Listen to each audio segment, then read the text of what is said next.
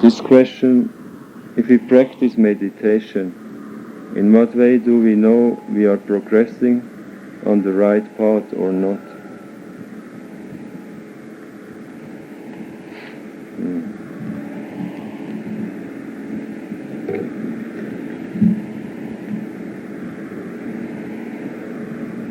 In Buddhism there is explained about dosa, lobha, moha, greed, anger and delusion. So if we practice meditation, these three factors, greed, hatred and delusion, they should become less and less.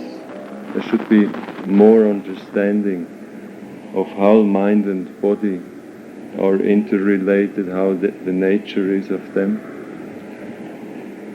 And if we understand this, then also sensual desire and hatred will be less.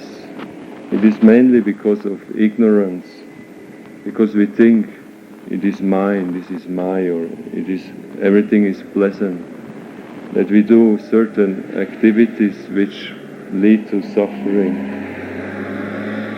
Like we see a pleasant object, and then there arises some desire. And then because there is ignorance, we don't see this desire. The desire becomes an attachment, and then the I comes and says, I want this, I need this. And with this delusion we start to suffer because we cannot have these things. Or once we have these things, we might lose it again because we have this attachment. So, as I mentioned a bit yesterday, they are all different kind of individuals. If our main problem is hatred, then we have to practice more metta bhavana. If our main problem is sensual desire, we can practice either asubha bhavana, but this is at the present time a bit difficult to go to graveyards and see corpses as they decay.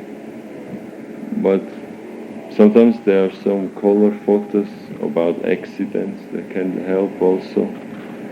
But another meditation which can be practiced easily is the 32 parts of the body, which is the head of the hair, head of the body, hair of the body, and the nails, teeth, skin, flesh, sinews. So there are 32 parts.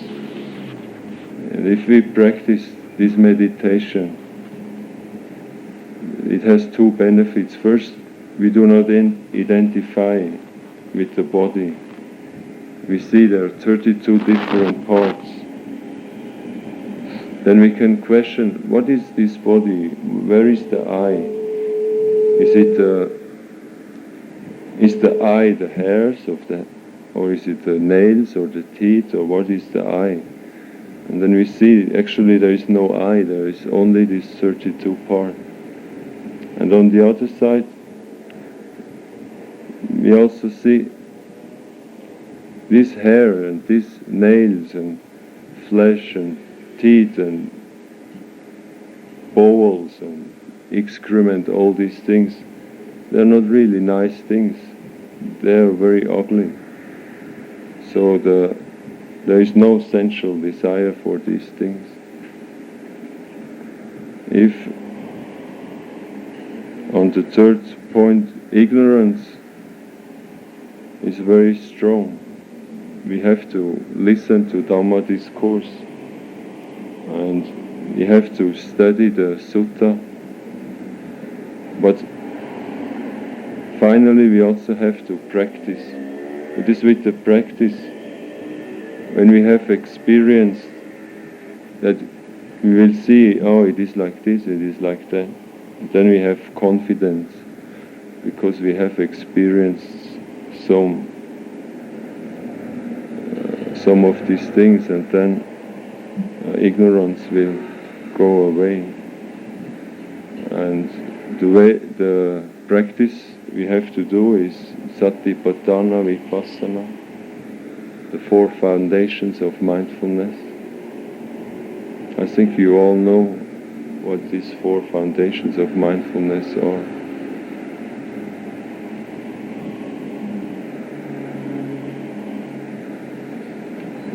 Next one.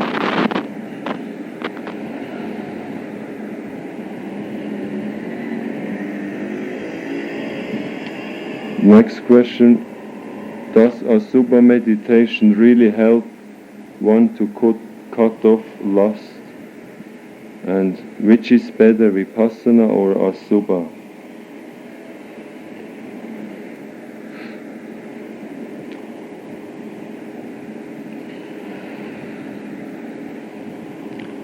As I just mentioned before, if we practice Asubha meditation, we see the body in a different angle. We don't only see it from outside. If we see the body from outside, then we might think this is a beautiful body. Then lust can arise. But if we, for example, see corpses, how they decay after 2 days in this climate, they get black and swollen and start to stink. Then we can see this is not really a pleasant object. And we have the same body. We have the same potential. So, or if you don't have the chance to see how corpses decay, maybe you can imagine when you cut off the abdomen, everything what comes out is ugly. The blood comes out, and the excrement, intestines, pus, blood, bones, skin. These are all ugly objects. They're just, when they're put together in a certain way, then we think it is beautiful. And if we take them apart, piece for piece, make 32 pots, and in each pot we keep one part of the body, then there is no lust. So if you practice these 32 parts, you imagine, you close your eyes, you sit in meditation posture, and you note head of the hair, and you make a mental picture how this looks like. And then you do the same thing with hairs of the body, nails, teeth, skin, flesh, sinews. Then we go to heart, kidney, liver. And then you get a picture of all these organs, of all these. And there's also the urine and pus and the grease of the joint, the fat. So we see these are ugly things, and if we have practiced for some time, when we see a beautiful woman or a beautiful man, then we don't only see the human being, we see this is not a human being, this is only kidneys and flesh and bones, and we look at the human being in a different way. We don't only see the surface, which appears wrapped in nice clothes, it looks very beautiful. But then because we have practiced, we can imagine, wait a minute, what is this? This is a bag of bones filled with excrement and urine and blood. And then it doesn't look that beautiful anymore. And then about the question, which is better, Vipassana or Asubha? Of course, if there is a lot of lust in the mind, to practice Vipassana might be very difficult. So maybe we do practice some Asubha to get rid of some part of this lust. But finally, Asubha meditation is only a samatha concentration meditation. So we cannot attain Nibbana only while practicing Asubha. That's why we have to switch later on to Vipassana, which means Satipatthana, practice of Satipatthana, of which the Buddha has said this is the only way to attain liberation, namely the fourfold mindfulness or Satipatthana meditation. So in this way Vipassana is more important, but Asubha is a help to be able to practice Vipassana.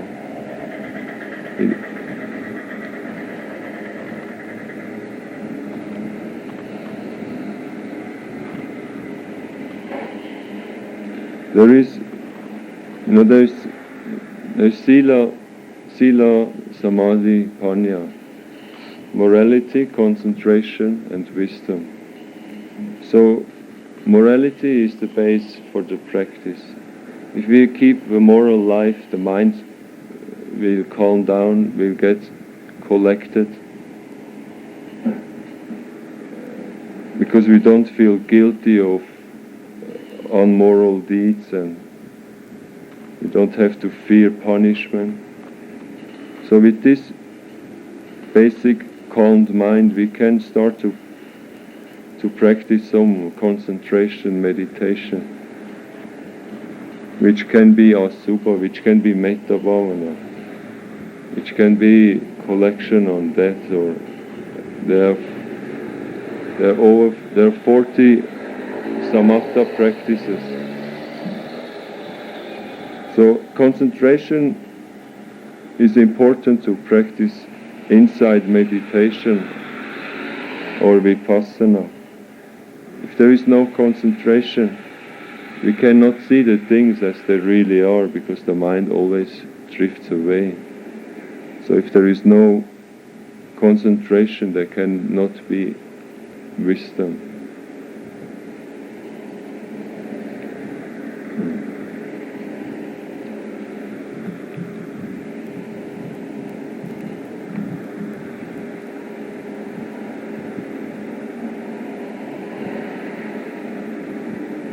The question is how lay people can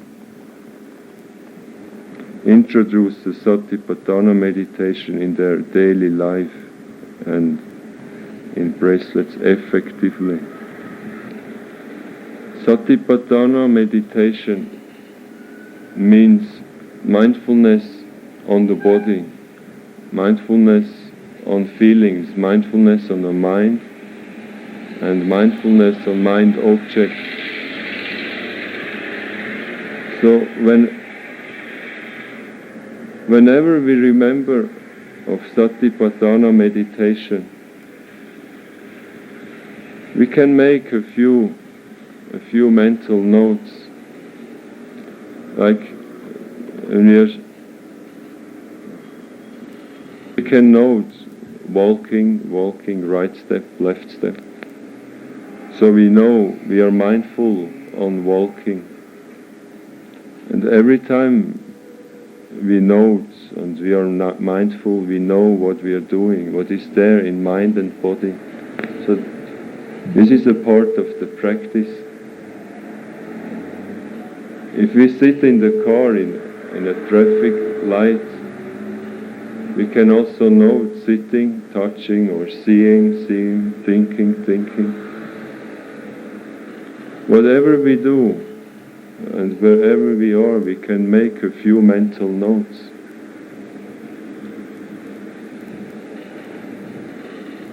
You can note either thinking, planning, or feelings. There might be some pleasant feeling in the body or unpleasant feeling in the body. Or we can note, I feel happiness, frustration, or joy, or fear, worry. We can make contemplation on the mind in this way.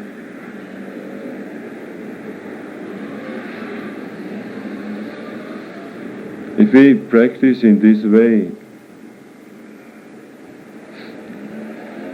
a few times every day, we make a few notes. Then every time we note, we become aware, we are mindful. We know what is in the mind, we know what is in the body. And this protects us from getting too much excited, that the defilements don't get too gross, because we note them.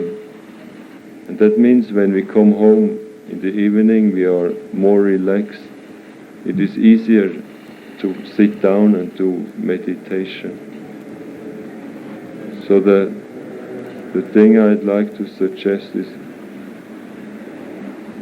every time you remember you would like to practice, wherever you are, when you're standing, you can note standing. If you're walking, you can note walking. And if you're sitting, you can walk sitting. And if you're lying, you can note lying.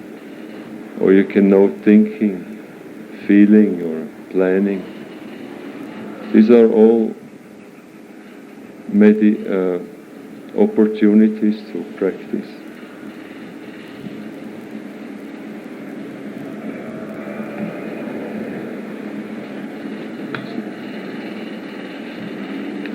Question. By practicing Metta Bhavana, can we attain to the Arhatahood? Please explain. I hope everybody knows Metta Bhavana is loving kindness meditation. To wish good to all the beings, to oneself, to all beings in all directions. And so if we can become enlightened with this practice. Metta Bhavana is one of the protection, and it is a samatha practice. So what we can attain with Metta Bhavana is that we can get a concentrated mind, and we can attain jhanas, but we cannot become arahats with metta alone. And it is a very important basic meditation which gives a peace of mind, love to others, and real love, not what we used to call love is a kind of business love. I give you this, you give me that. So it is not a real love. If we love someone, what we usually call love, if somebody hurts us, we don't love this person anymore, because this love is dependent on.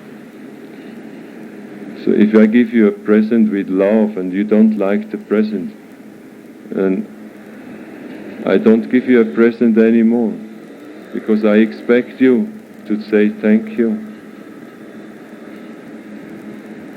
So this Metta Bhavana, this love without expectation of getting anything in return, this ultimate love, is a very important practice which should be practice every day for 10-15 minutes. It's as I said before, it's one of the protection meditation. So if you are a progress meditator, or even if you are not so progressed, after you have done Satipatthana or meditation, you have got some mindfulness and concentration through the practice. Every time conclude the sitting with 1, 2, 3, 5 minutes metta bhavana. Because after the practice, because of this mindfulness and concentration, we can radiate these loving vibrations much more effectively. But if you have a confused mind, we also can start with metta bhavana from the beginning. Many people who worry very much and have a lot of anxieties, fears, they are not able to practice Satipatthana right from the beginning. So they are mostly given some metta bhavana, especially for themselves, to say, may I be free from fear, may I be free from worry. Because first, we have to feel happy ourselves, and then only we can distribute happiness and love effectively. If you feel depressed, it is much more difficult to give effective vibrations of love. So in this way, we cannot attain enlightenment with loving kindness or metta bhavana, but it is a very essential practice to get a peace of mind and distribute love to others.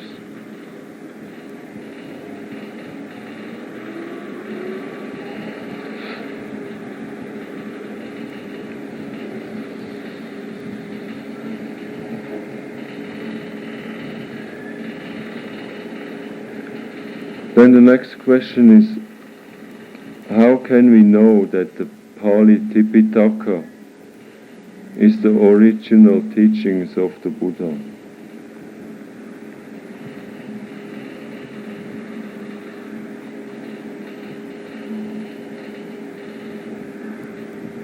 When the Buddha passed away,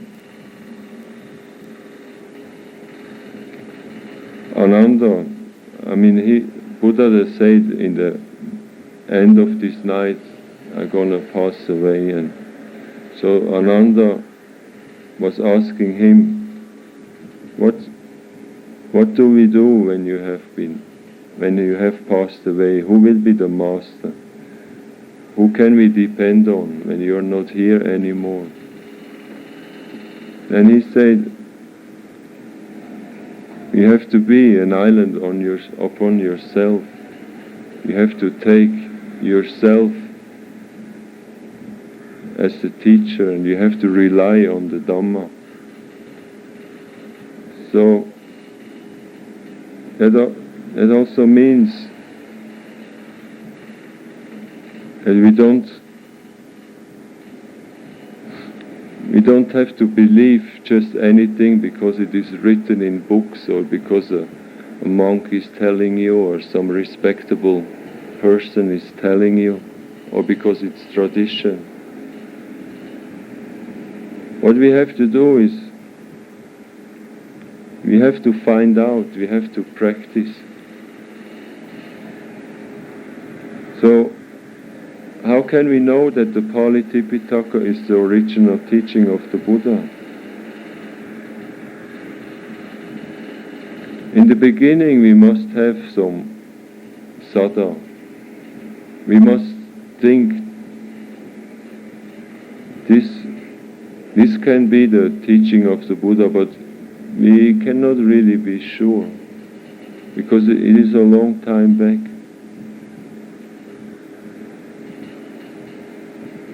But If we have this basic understanding, if we have this basic sada of faith, then we can do some practice.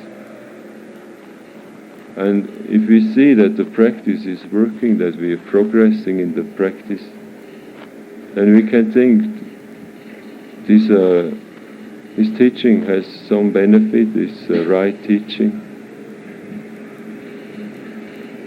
If we are not progressing, then we must question ourselves. Have I not been practicing well, or have I been taking the wrong instructions?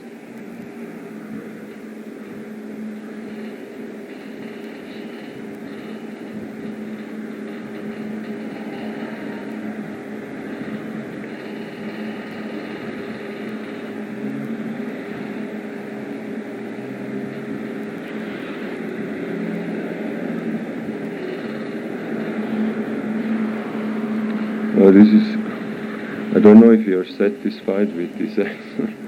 It is a really difficult thing to find out why is this really the teaching, but we have to have some faith and some sada, and if we practice we will see if it is beneficial or not. If it is not beneficial, then either we do a wrong practice or we have not practiced properly.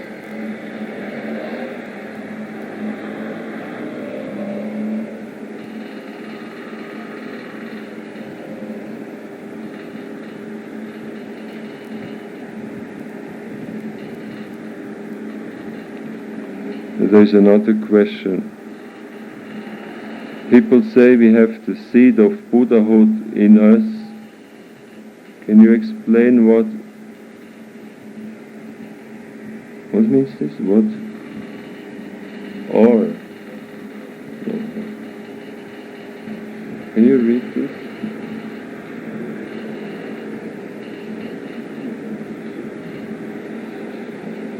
There's this one word. People say we have the seed of Buddhahood in us. Can one say explain what and where is this Buddhahood? What and where, or what and where? Oh, can Bhante explain what and where is this Buddhahood?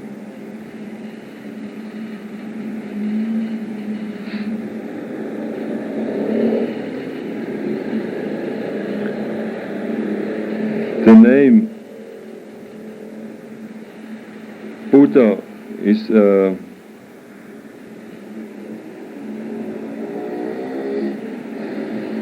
it is not a title. It is Buddha. To be a Buddha means to be fully awakened, to be enlightened. An enlightened being is called, if we have attained enlightenment, that is the same as saying we have attained Buddhahood. So,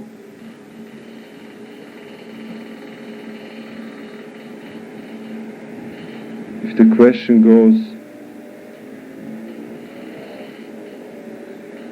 what and where is this Buddhahood? We have to understand it in this way, that we have the potential to attain enlightenment if we practice according to the teaching. So this Buddhahood lies within the practice.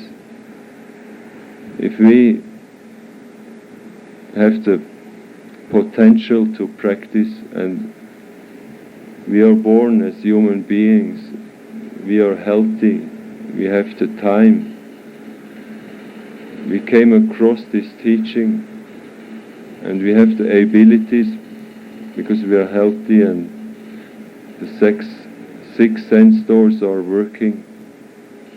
So we have the potential to practice, and because we have this potential, we can attain enlightenment, which is attaining Buddhahood.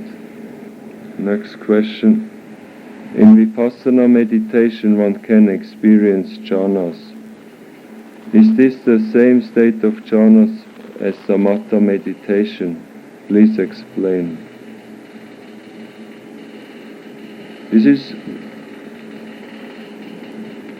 This question, to my understanding, is not quite right.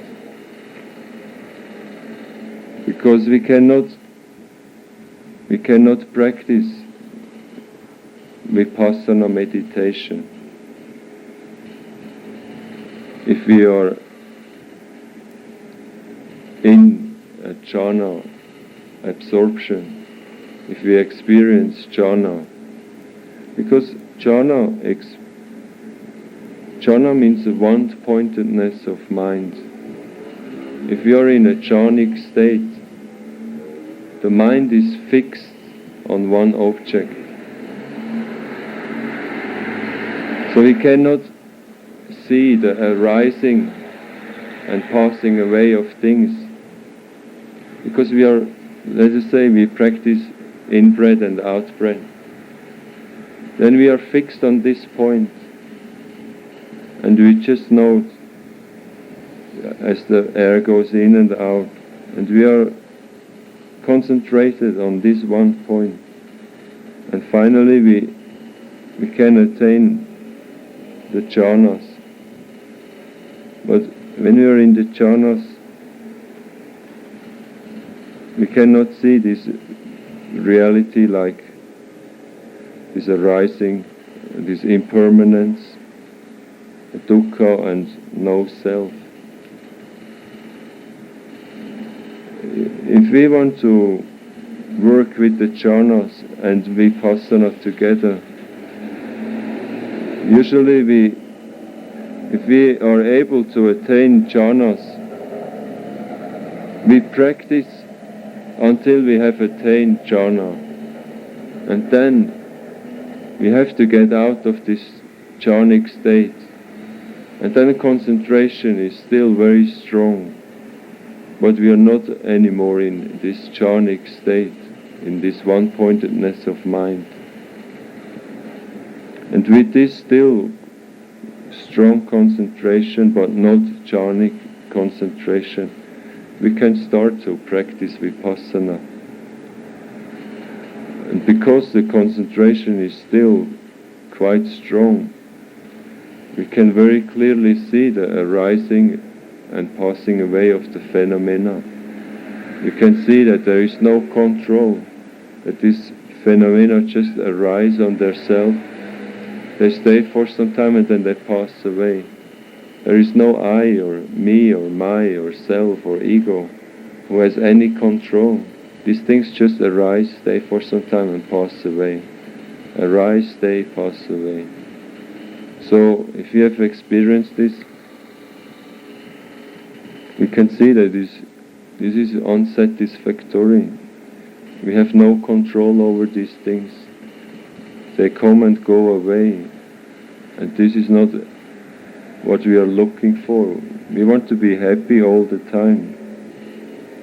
But if we see this arising and passing away, that there is no control of this phenomena coming and going, then we can see this is not satisfactory. In this way,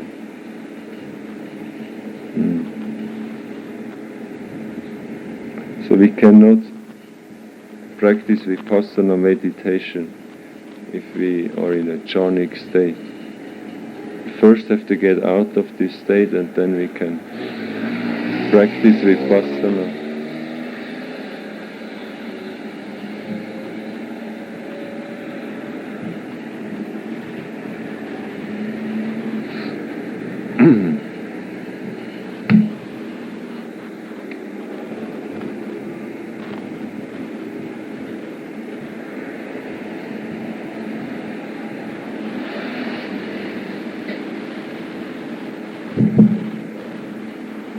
Is it true that when a person practices meditation, he will become close to the spiritual beings.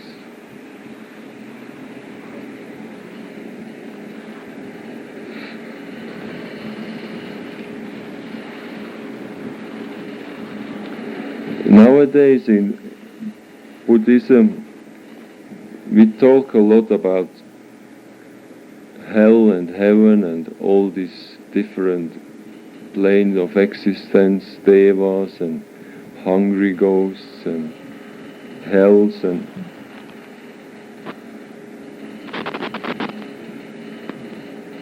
we must be careful.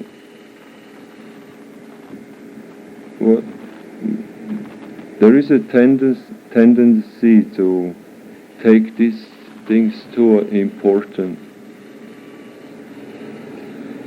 I just was talking about this subject with Reverend Dhammananda from this this meditation, this temple, and he told me that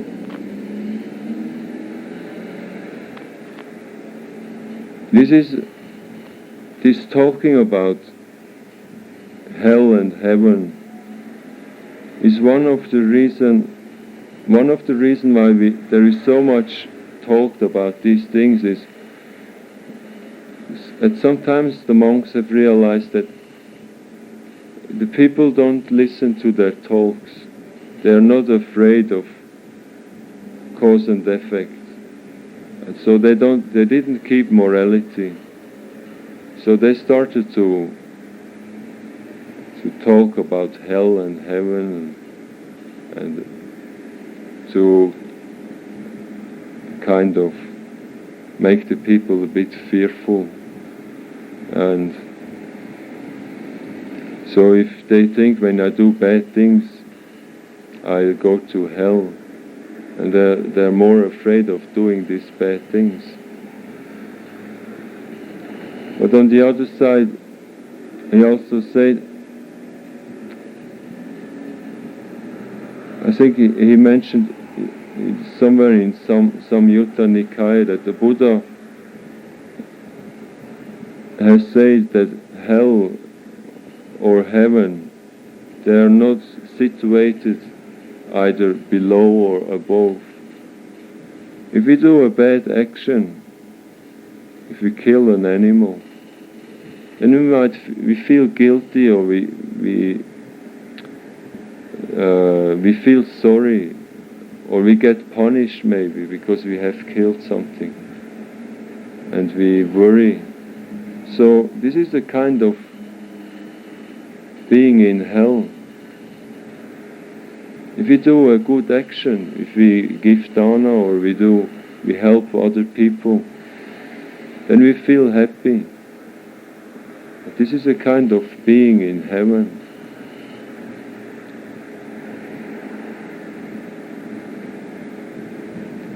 There is a story.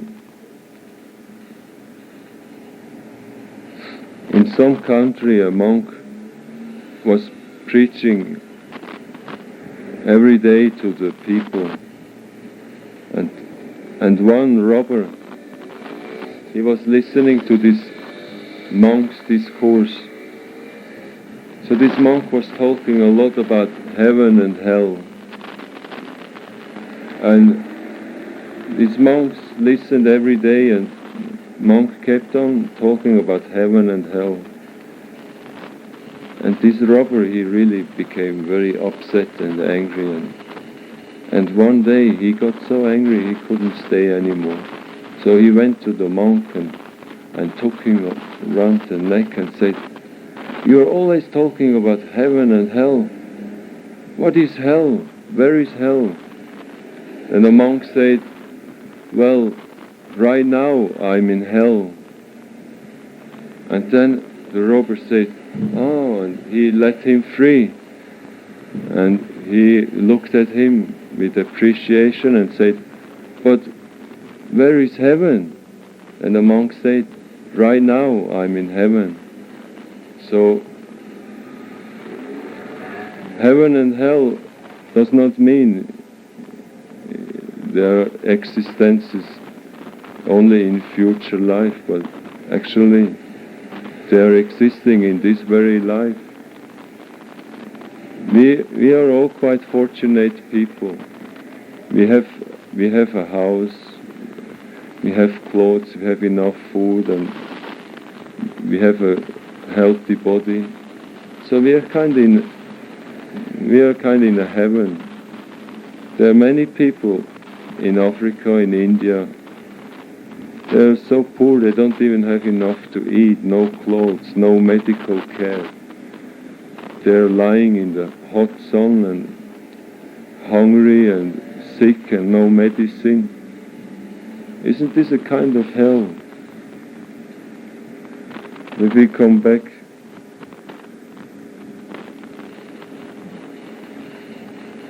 is it true that when the person practices meditation, he will become close to the spiritual beings?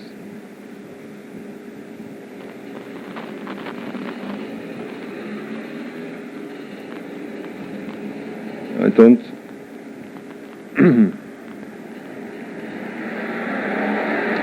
don't really know what is all true about these spiritual beings. A lot of stories, like the Jataka story, they have a kind of meaning, but we cannot take them really, like when the Buddha has been born as an animal, for example, when he still was a bodhisattva. We don't have to take it literally. That does not really mean he has been a monkey in a former life, or whatever the story is, a king, but we must find out what does the story mean, what is the meaning of the story. So if we talk about spiritual beings, it is not really sure that they really exist, and maybe that just means that there are some powers like metta bhavana or other things which can be talked about like spiritual beings. And I also must say, I've noticed especially the Chinese people here, they're quite into this hell and heaven and deities, and I'm born in a Christian society, and I have never really believed in these things. So I kind of don't really know if these things exist. You see, so I hope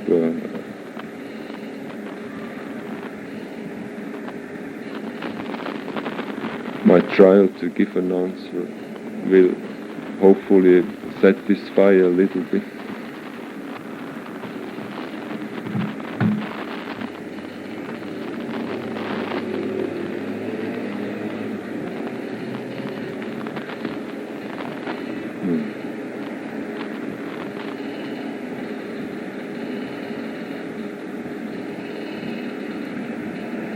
Next question. Very often during meditation we are affected by sloth and torpor and not able to progress. Could you give some guidance or solution to overcome this mental hindrance?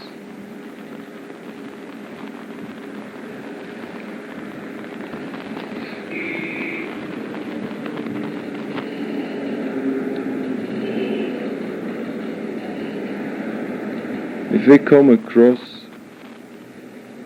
sloth and torpor, that means there is not enough energy to note. So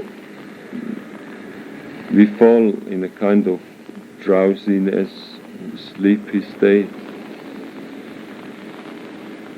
So what we have to do is we have to try to increase our energy.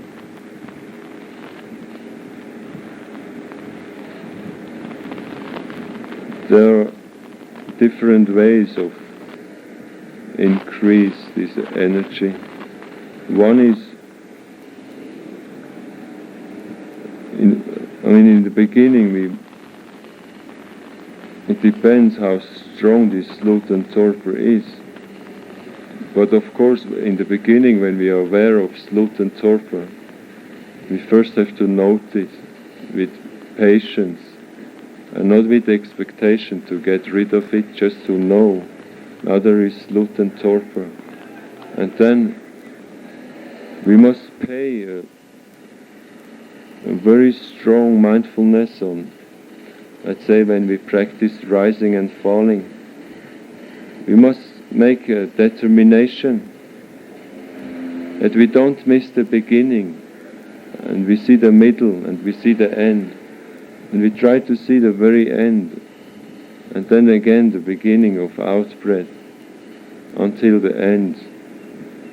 So if we try to see the very beginning and end of each breath, the beginning, middle and end, and not to miss the beginning, not to miss the end, then we put more energy into this mindfulness. We put in more alertness. And so, if slut and torpor is weak, we can get rid of it maybe in this way. But if slut and torpor has progressed already to a strong hindrance, there are different things to do. One is, we can look into a light, or we can get up and do some walking meditation. And if we have slut and torpor, it's not advisable to do walking meditation very slow, because mindfulness is not strong, so we better do right step, left step, a bit quicker walking meditation, just noting the right step, left step. For it depends how long you do how long you want to practice walking meditation. You can divide walking meditation in 3 parts. The first part, we just note right step, left step, right step, left step, for 1/3 of the time.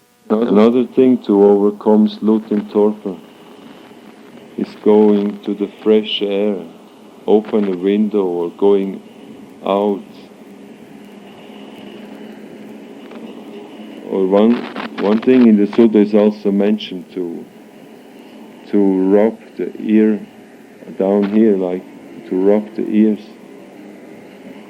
or to wash the eyes or the whole face. And finally, if nothing works, you even can take a cool shower. And if this also doesn't work, the last advice is to lie down and do lying meditation, and finally you will fall asleep. Because if all these things doesn't work, then you might be really tired, and then it is time to go to sleep. But that does not mean every time slut and torpor arises, Bhante has said that now I must go to sleep, I'm tired. It is a very common trick of the mind to get us away from meditation. So slut and torpor comes in the mind, and then we say, I'm so tired, I slept only so many hours, now I must go and sleep. This is not the way. First we must note. This is not the way. First we must note slut and torpor, and then we do one of these things or many of these things, and if everything doesn't work, then it might be time to sleep. And one other suggestion, mostly if people sit in the wrong way, it is very easy for sloth and torpor to crop in. Or maybe I turn.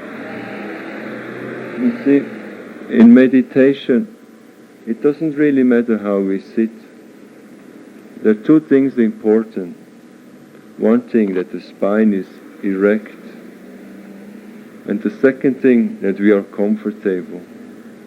If we have pain in the body right from the beginning, we are not able to practice very long.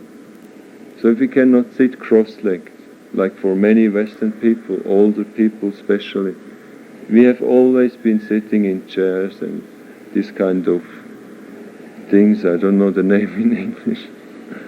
So we used to this comfort, and to sit cross-legged for older Western people is very, very difficult. So we even can sit in a chair, it doesn't matter. But this part, the pelvis, must be a bit higher than the knees. And we should not lean against the back of the chair, because then we might the tendency to fall asleep again. So we just sit, maybe we only use 2/3 of the chair, sit in the front 2/3 and leave the last part away, and we can keep the hand like this and have a straight spine. Or if we sit cross-legged, the same. And there are also many different ways of keeping the legs. This is very much up to your ability how to sit. It is not necessary to sit full lotus. It can be an ego game, you know. People say, you see, I sit 2 hours in full lotus, and people, they look at this man and they think, well, he's a very great meditator. He can sit for 2 hours in lotus position. But actually he sits so pleasant that for 2 hours he is daydreaming and enjoying, and he's not doing any meditation at all. But since he does not change posture and he has a straight spine, people think he is a very good meditator, but he doesn't meditate at all. So other people who have maybe some pain, they have mindfulness of sensation, so they actually do much more practice. Next question. When a person who has inborn psychic power, will it be wise for him to practice meditation? And what type of meditation is suitable for such person?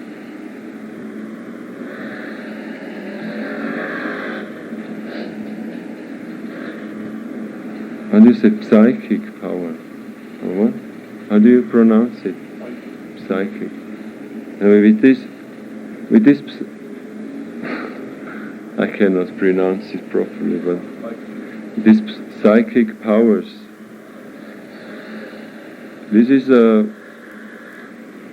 they are not very helpful to attain Nibbana. With only these powers, we cannot attain Nibbana.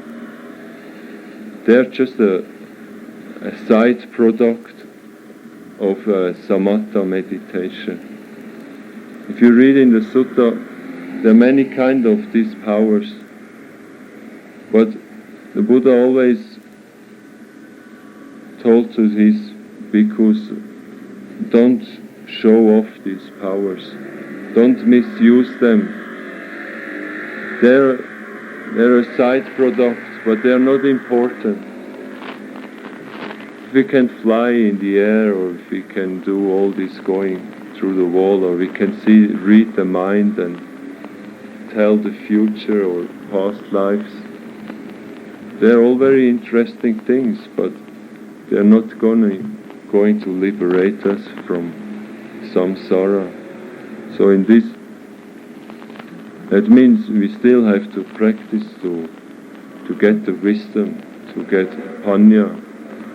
It is only with understanding and Vipassanna practice that we can overcome all these hindrances and finally attain this Sotapanni, Sakadagami, Anagami and Arahatship. So a person who is born with such powers, he still should practice meditation and we come again back to the Vipassana, Satipatthana Vipassana meditation. Buddha has clearly said that this is the only way to attain the Nibbana. And that doesn't mean, Satipatthana Vipassana is not a sectarian practice. It can be practiced by Buddhists, by Muslims, Christians, Hindus, Jews, by anyone. Because being mindful of the body, being mindful of feelings, being mindful of mind and being mindful of mind object has nothing to do with religion. It is a universal truth. So everybody who knows this way of practice can do it. No matter if he has a white skin, a brown skin, a black skin, a yellow skin, a red skin, a green skin or whatever. If you have a Swiss passport, a Malaysian passport, Indian passport, if you're Buddhist, Hindus, it doesn't mean anything. But we have to be, if we are born as an animal, then we don't have this ability. If we are born in a time when the teaching is lost, we cannot practice. It doesn't mean, you see, Satipatthana actually can be practiced all the time. But if nobody is going to tell us how to practice, most of us are not able to practice, and we would have to find out ourselves. So that's why Buddha started again this practice. It's not he who find out this practice. He didn't create this practice because it is always there. But he find out how to practice it because it was lost. So he rediscovered how to practice on his own efforts. And then he preached how to do it. And there is also a belief. Some people believe nowadays we cannot attain the Maggas and Phalas, that we cannot become enlightened. And so many people pray to the Maitreya Buddha and hope that when Maitreya Buddha comes, he will teach them or even save them. But actually what's going to happen is very simple. Maitreya Buddha is just going to tell them, you have to practice Satipatthana. So why should we wait for the next Buddha to come? He's just going to tell us the same thing as we already know. So it's a waste of time to wait. Buddha once said, all the Buddhas preach the same. All Buddha preach the Satipatthana practice. And so if you can enjoy samsara, then go ahead and wait for the next Buddha, and he will tell you, observe rising and falling or in and out. But then you have maybe had thousands and thousands of more lives and more suffering. So why don't we just practice now and try to get it all behind as soon as possible.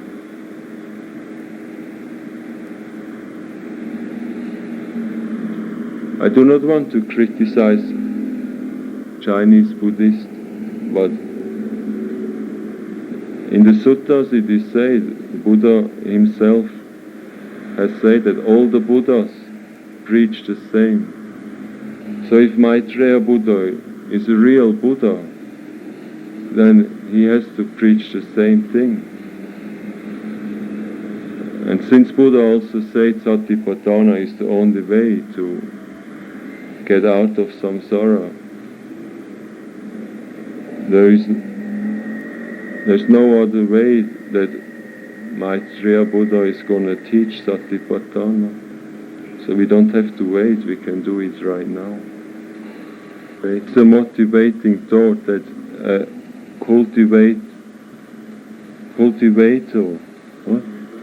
cultivators could reflect on to invigorate energy to practice, especially when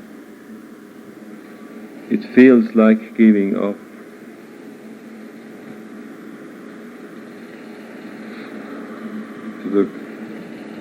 Just that, in short, it means when you feel down, how can you encourage yourself to continue your practice?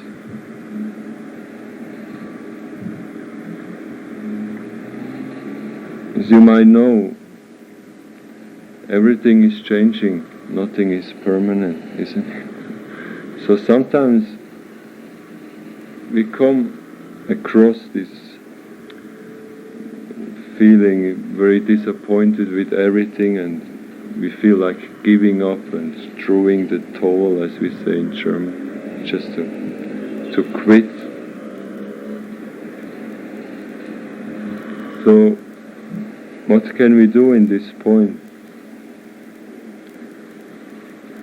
There are several things we can do. One thing is we can reflect on the qualities of the Buddha. There are 9 qualities of the Buddha. I don't know them all by heart, but they can be looked. I'm sure I don't know where to reflect. So anyway, we can find out these 9 qualities, and any quality you like, you can reflect on this quality. Or you can reflect on Buddha, Dhamma, Sangha. You can do some chanting to get to leave the worst. If you feel very down, it is very difficult to practice. So we have to do first something else to feel a bit better. So one of the thing we can do is to reflect on Buddha or Dhamma or Sangha. Another thing we can do is we can practice metta bhavana, and another thing is, if you feel really down and you really want to give up, another way to handle these things is you just give up. You completely give up. And you go for sensual pleasure. You do this, you do that, you do everything you like to do. And I'm sure after some time you get so fed up with this sensual pleasure that you say, well, the practice I've been giving up because it made me so depressed and I lost everything, and so I have been indulging in this sensual pleasure. But now I'm fed up with this sensual pleasure too. So what shall I do now? So, because we have practiced a little bit before, we know about the 4 Noble Truths. And then finally we think, well, I think I give up this sensual pleasure and go back to the practice. Because we see that with this sensual pleasure we just create more suffering. If we have practiced before, we never again can be really satisfied with this sensual pleasure. But this, of course, is the last thing we can do. But sometimes I've tried it before I was a monk, I have had this practice, serious practice, and then completely stopping my practice because I did not have much patience. I wanted to progress very fast, but there was no progress. I was not happy, so I thought, this is a useless thing. So I tried the sensual thing, and it made everything worse. And I thought, well, this is not the thing either. I went back to practice, and so sometimes this can go on for some time. You do it a few times, but finally you realize, well, that's just the way it is. If there is desire and we indulge in a desire that creates suffering, desire leads to suffering, the second noble truth. The third noble truth, if there is no desire, there is no suffering. The fourth noble truth, how to get rid of suffering, get rid of desire. One other point which creates this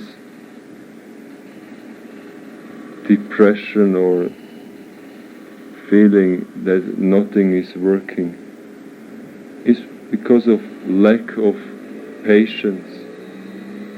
Patience is one of the most important factors in the practice.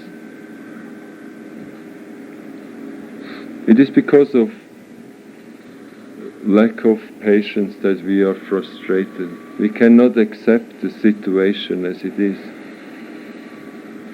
We want to be a good person. But if we start to meditate, for the first time we start to meditate, we realize for the first time what is actually going on in our minds. Before we didn't know.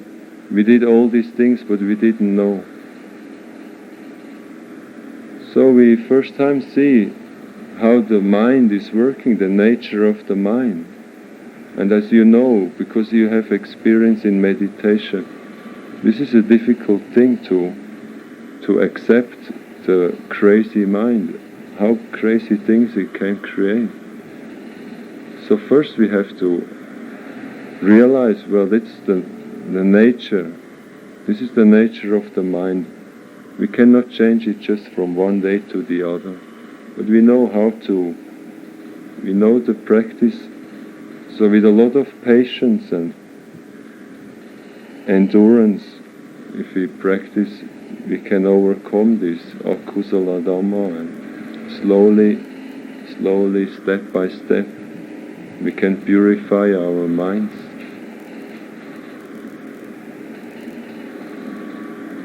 All our lives, the mind has been doing what it wanted to do.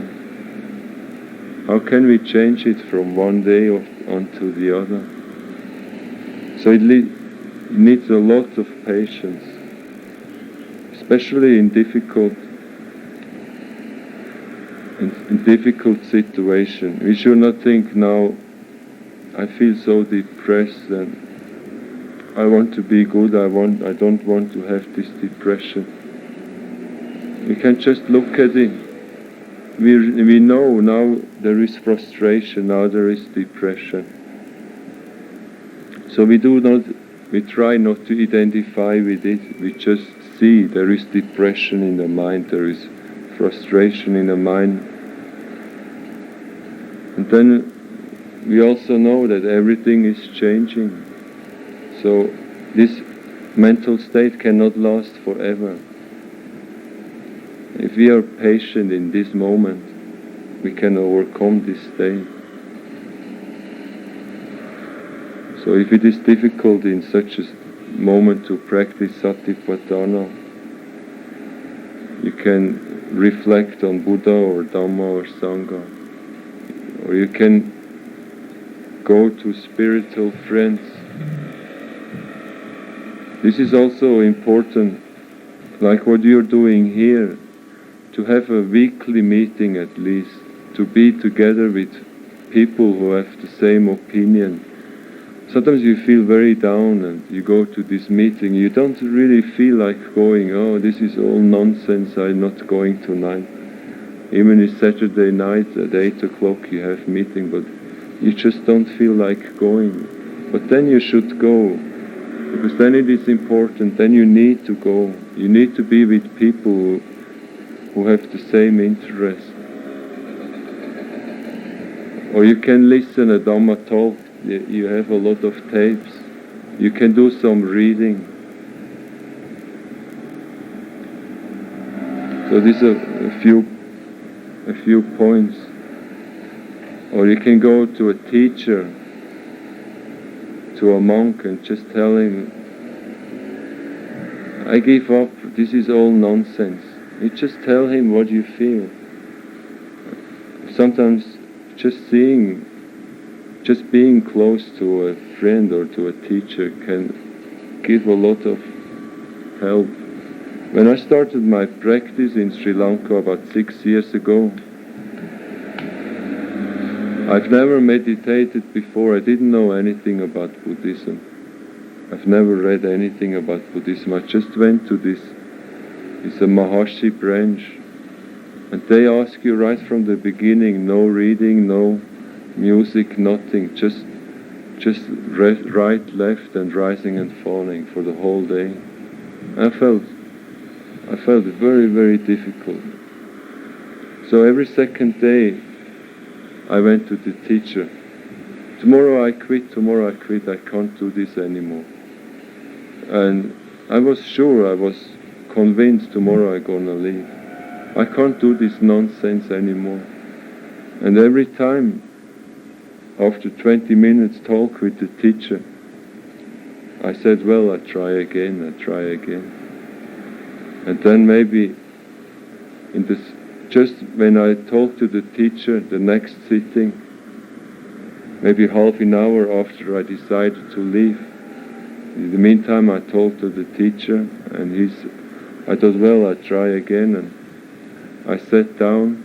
I felt very peaceful in mind, and I had a very, very pleasant meditation. Then I thought, well, maybe I should become a monk for my whole life, And I felt everything felt very pleasant. And then the next morning, maybe again a difficult meditation, and then the mind came again, well, maybe I better quit after lunch. I go away, and so this is a very, in the suttas they call the mind a monkey mind, jumping from tree to tree. So one thing is also to know that now we feel down. I mean, if you feel down, now I feel down, but this is gonna change. It brings me to a story of the sutta. You might know it, but nevertheless I try to tell it. At one time the Buddha and a few monks, I don't know how many, they were in the forest. And then the Buddha took a handful of leaves and he showed it to to his monks, and asked the monks, what do you think? What is more, the leaves in my hand or the leaves spread in all the forests? And the monk said, Venerable Sir, of course, The leaves in all the forests are much, much more. You cannot even compare with these little leaves you have in your hand. And the Buddha said, you see, because it's the same with what I teach you. I teach you just this much. I know everything like the leaves in all the forests. That's what I know. But I just teach you this little bit. This is what you have to know to attain Nibbana. So don't think about all these other leaves, just this much. So that means we have to be careful not to intellectualize too many things and stick to the important things. If you would ask me what is beginning, what is end, I couldn't give you an answer, and we don't have to know the answer. Many times the Buddha has been questioned and he kept silent because there was no reason to give an answer. So if you have the chance to cook your own food, try to, when you take the vegetable, don't boil it too much. Try to eat brown rice and brown bread. But then you get the fibers in the white rice and white bread, all the fibers removed. So what happens, you eat, goes in the stomach, and then there's nothing to do, it just sticks there. But if you get the fiber, they cannot be digested. So the intestines, they want to digest, but it doesn't work. They have to work, and then they push it out. But if there are no fibers, the intestines are on holiday and they don't do anything. And then they get lazy, The longer holiday we have, the lazier we become. So we have to keep them giving some exercise that they don't get lazy. And another thing is, if we eat, with all the food we eat also toxin and waste material which should be out of the system in 24 hours. So if you can't go to toilet for 4 days, there's no way that these things go out. So what happens is, these toxic, they go into the blood, and the blood goes to the brain, and then you feel you're like intoxicated, you're not fresh. So that is another reason why we at least as a monk you should be able to go toilet once a day. As a lay person, maybe twice or 3 times. But twice should be for a lay person quite at least once a day. So that this toxin gets out of the body. And another thing I found myself, that if you eat food like fish, meat, beans, rice and vegetable, and then you eat fruits on top of it, it's not very good for the digestion also. Fruits should be eaten separately.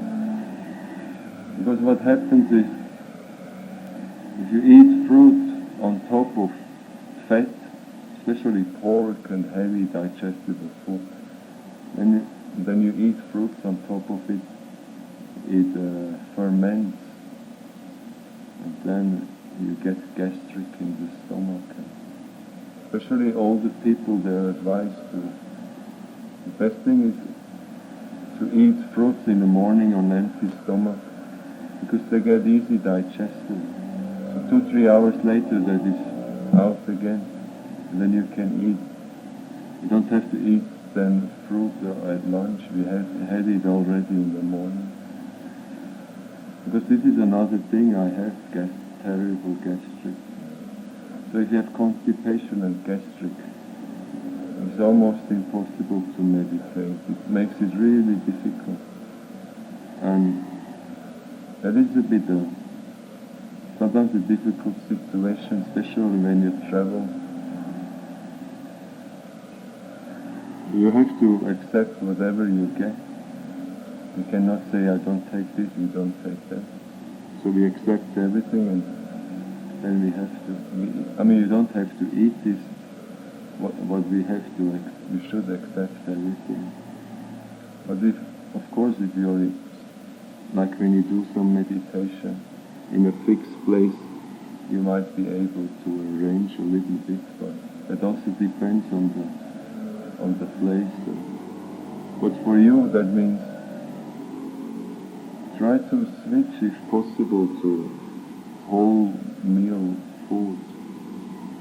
Brown rice, brown bread. Not so much oily food. Chinese eat a lot of fried food. Pork.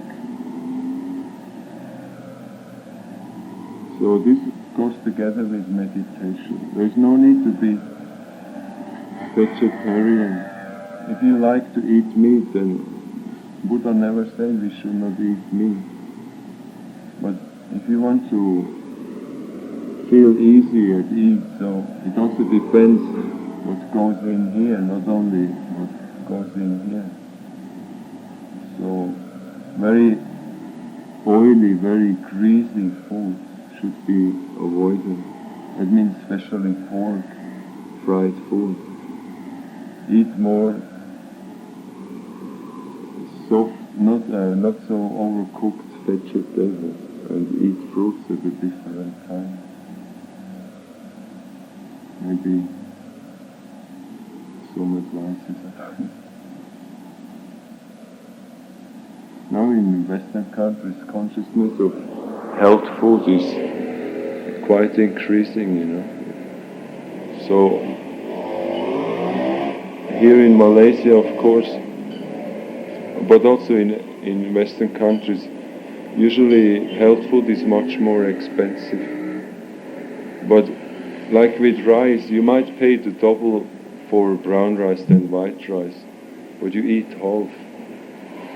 But then it is the same. Because if you eat brown rice, you have to chew it. Because if you just throw it in, you will feel, oh well. So if you chew, you have to chew, then the digestion starts already in the mouth, with the saliva getting mixed. There is I don't know, you're Chinese, do you know this macrobiotic is coming from China? Macrobiotic? Yeah, but actually it's first coming from China, it went to Japan, and the Japanese brought it to the West.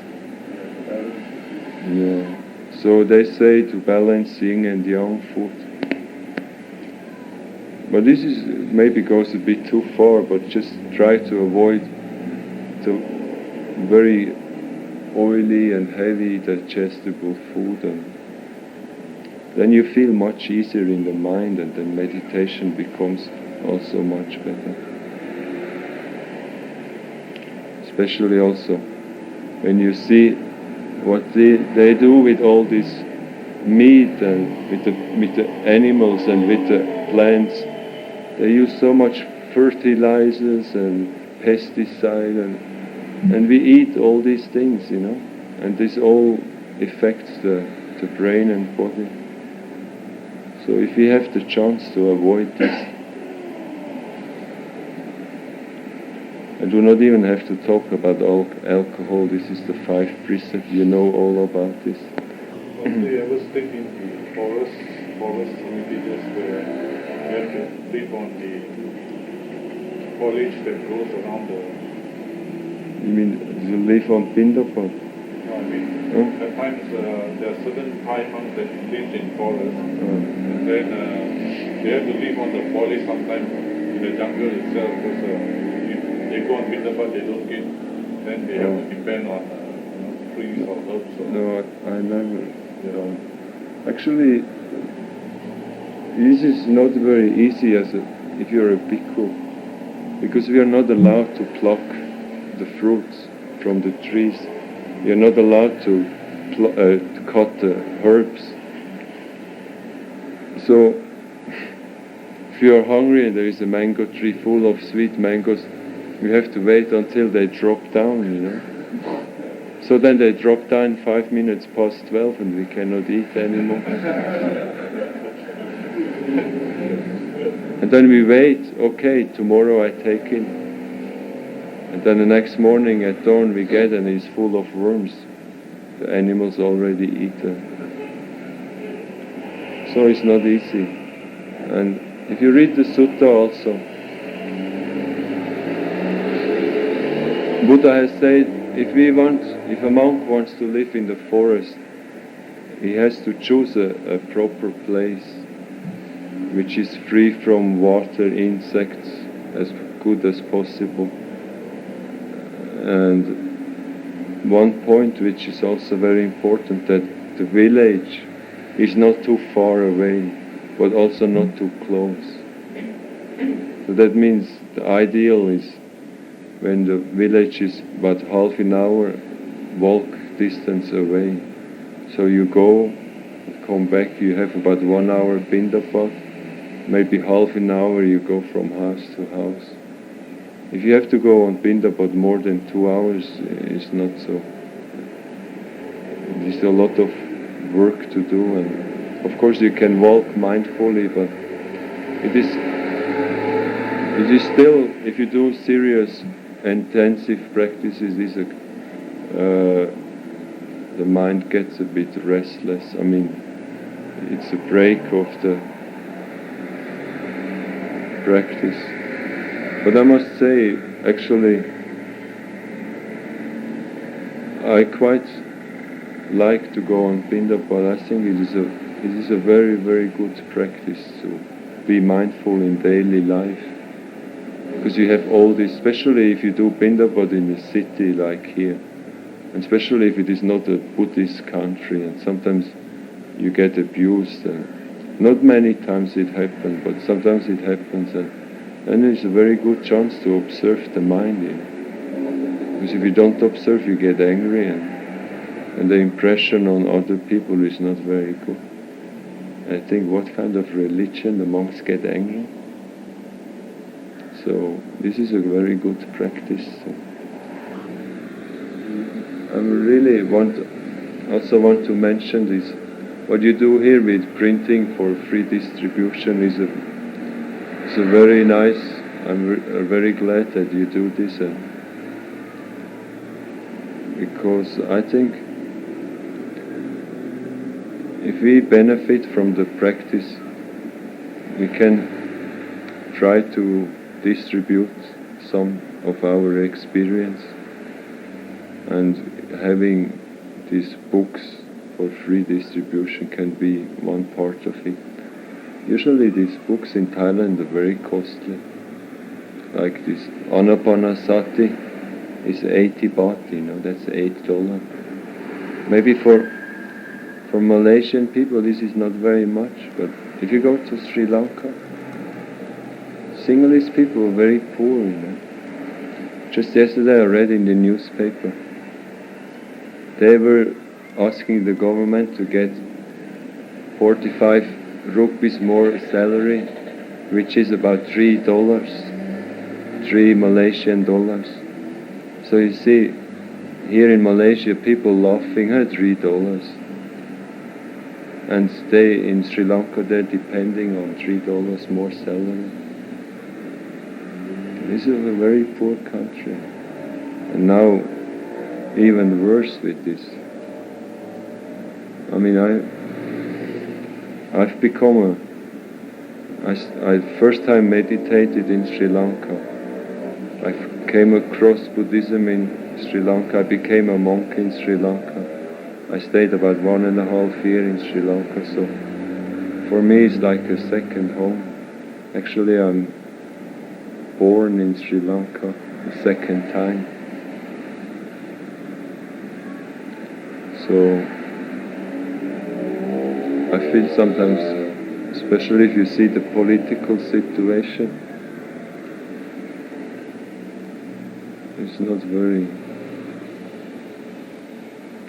So we do not know how long this Buddha Sasana is gonna last. You can see what has happened to Cambodia, Laos, Vietnam. There are no more Buddhist countries. What about Burma? What about Tibet? What about China? And now in Japan, they call the new disease in Japan workaholic. Instead of alcoholic, they are workaholic, because they are so addicted to work. They cannot practice anymore. They work 16 hours a day. So there's only Thailand left. And do you know the situation of Buddhism in Thailand?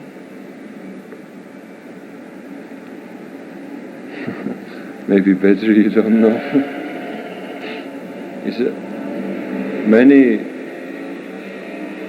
I do not want to criticize, but it is a fact that most of the Buddhist people doesn't make a difference if they're Theravada or Mahayana. Most of the Buddhists, born Buddhists, they're into rite and rituals, merits, and maybe a bit sila, that depends on the individual. But when you come to bhavana, meditation, what is meditation? Never heard about it. Buddhist by birth. What is it? No critic, it is just as it is. So,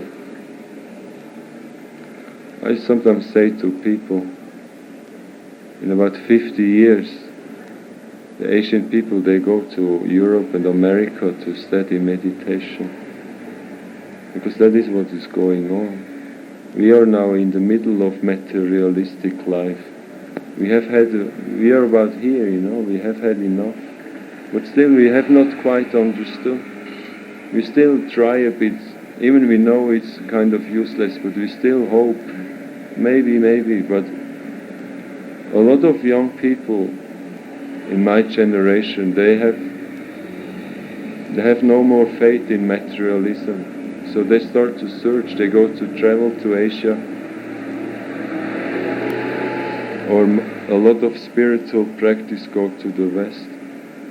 So it is exactly the opposite to Asia. In our countries, the old people, they go to church. The young people, they go to meditation class.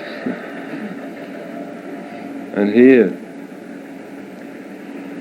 the old people, they go and do rite and rituals and give dana. And the young people, they go to the disco, and to the cinema. But this is what happened in Europe a few years ago, 10, 20, 30, 40 years ago. So Asia is now in the same situation. Malaysia is a bit advanced, India, Sri Lanka are a bit behind because they have not the money to. But finally the sensual desire is in all the countries about the same. So they have to go through this, they have to realize, You can tell to someone who never has had a TV, never has had a car, you can tell them this doesn't make you happy. They don't believe. If you tell a Swiss that durian is a good fruit, they don't believe it, because they never taste it. But when they taste it, they might like it, and then they know, oh yes. So the people here, they have to first go through all this materialism, and then they see, now I have a car, I have an aeroplane, I'm married, I have children, or maybe I have everything to be happy, but there's so much pain. And then they go to New York or San Francisco and take a meditation course. And then meditation comes back to it. But maybe it's not so bad, but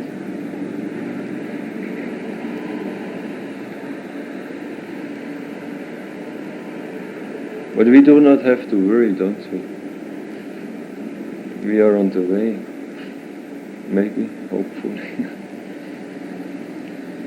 Anyway, so with patience and continuous practice. So